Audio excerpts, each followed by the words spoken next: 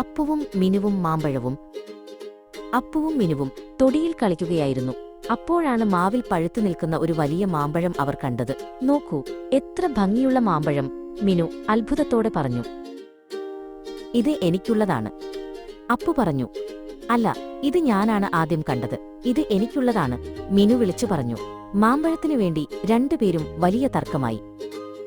അപ്പുമാമ്പഴം കിട്ടാനായി ആഞ്ഞു ചാടി നോക്കി. പക്ഷേ മാമ്പഴം വളരെ ഉയരത്തിലായിരുന്നു. അപ്പുവിനത് തൊടാൻ പോലും കഴിഞ്ഞില്ല. അവൻ തളർന്നു താഴെയിരുന്നു. മിനു ഒരു ചെറിയ വടിയെടുത്ത് മാമ്പഴം തട്ടിയിടാൻ ശ്രമിച്ചു. പക്ഷേ വടി മാമ്പഴം വരെ എത്തിയില്ല. ഇത് ഭയങ്കര ഉയരത്തിലാണല്ലോ, മിനു സങ്കടത്തോടെ പറഞ്ഞു. അപ്പോഴാണ് വാസുമുത്തശ്ശൻ അവിടേക്ക് നടന്നുവന്നത്. എന്താ കുട്ടികളെ, നിങ്ങൾ എന്തിനാണ് വഴക്കിടുന്നത്? മുത്തശ്ശൻ അവരോട് സ്നേഹത്തോടെ ചോദിച്ചു.